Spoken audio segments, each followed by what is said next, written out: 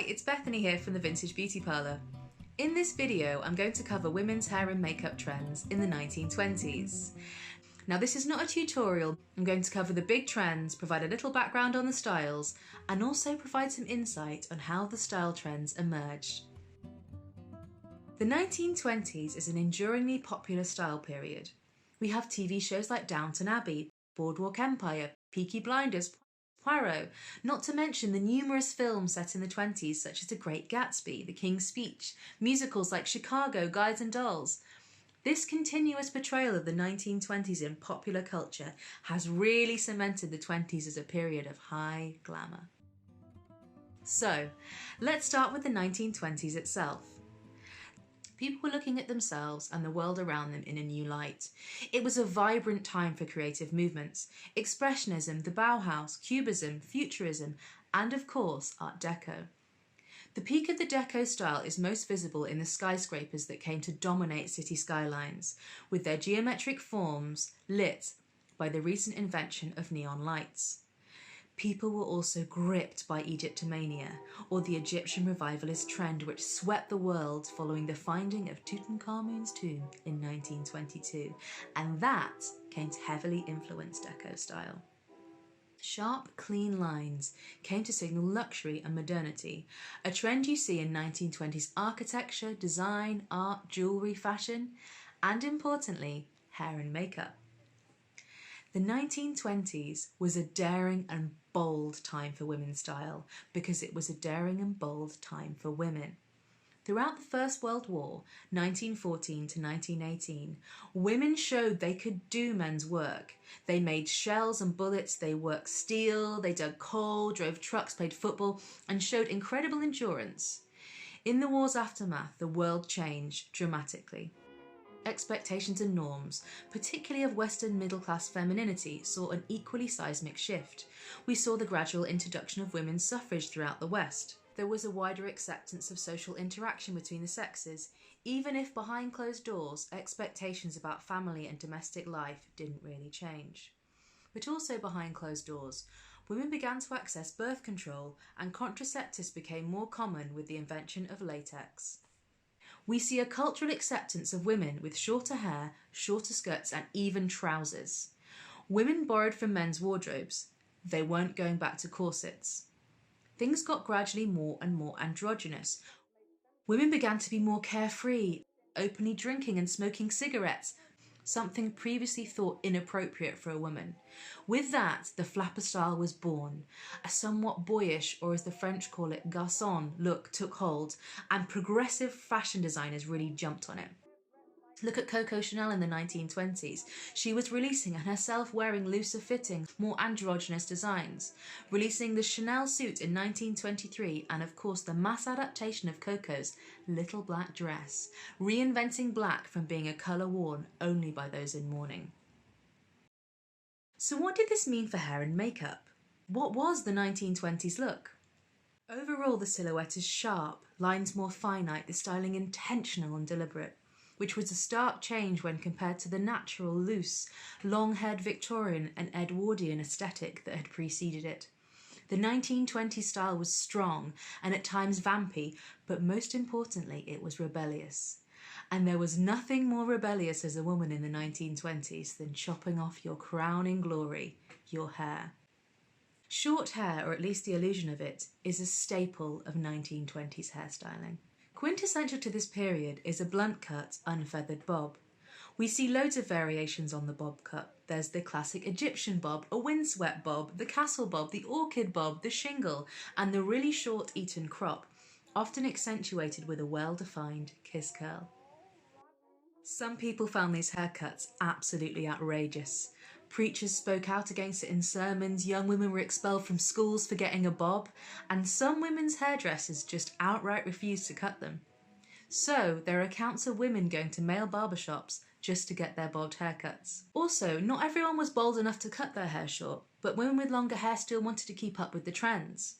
So we see the adoption of the faux bob, where hair is put up in a way that makes it look short. But what do you do with the excess hair?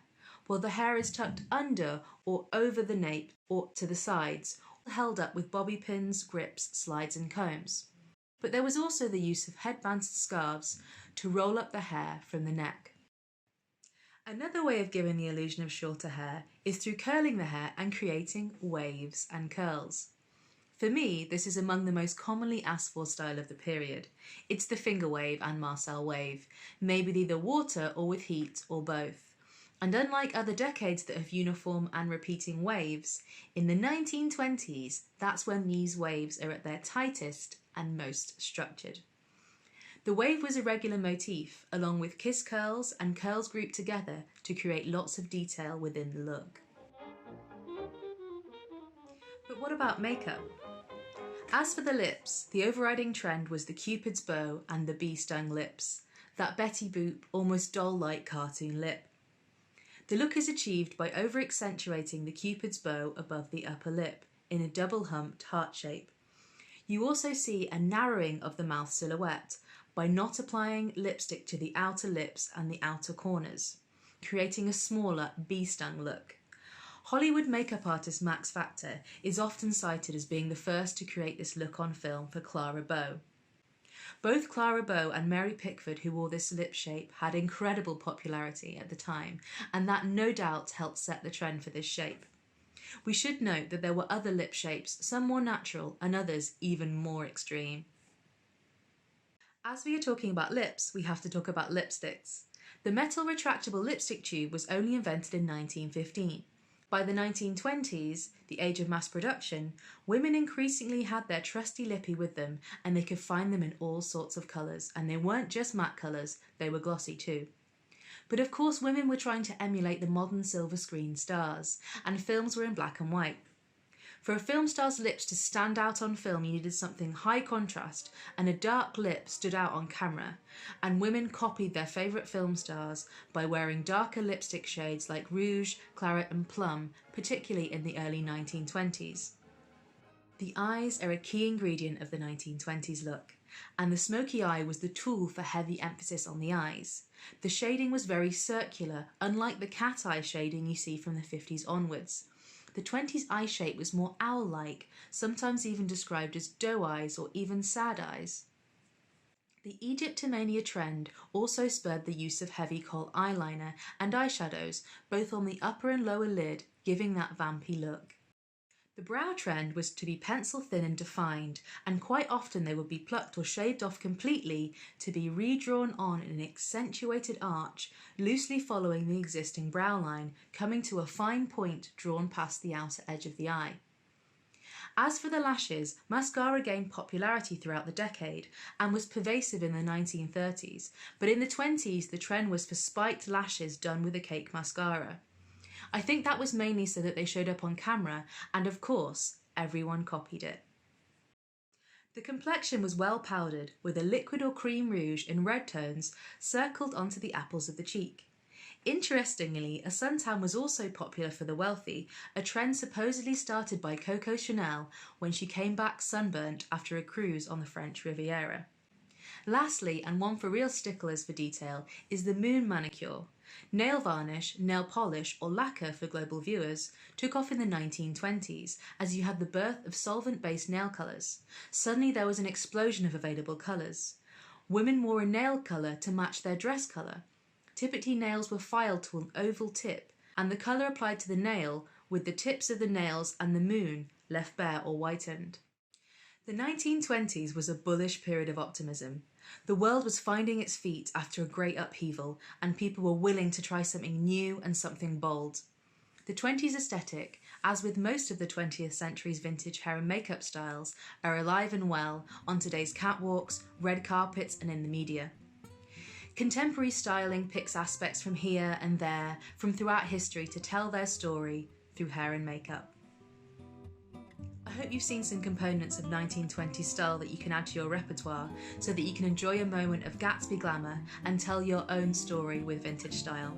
Join me again for more journeys into vintage beauty.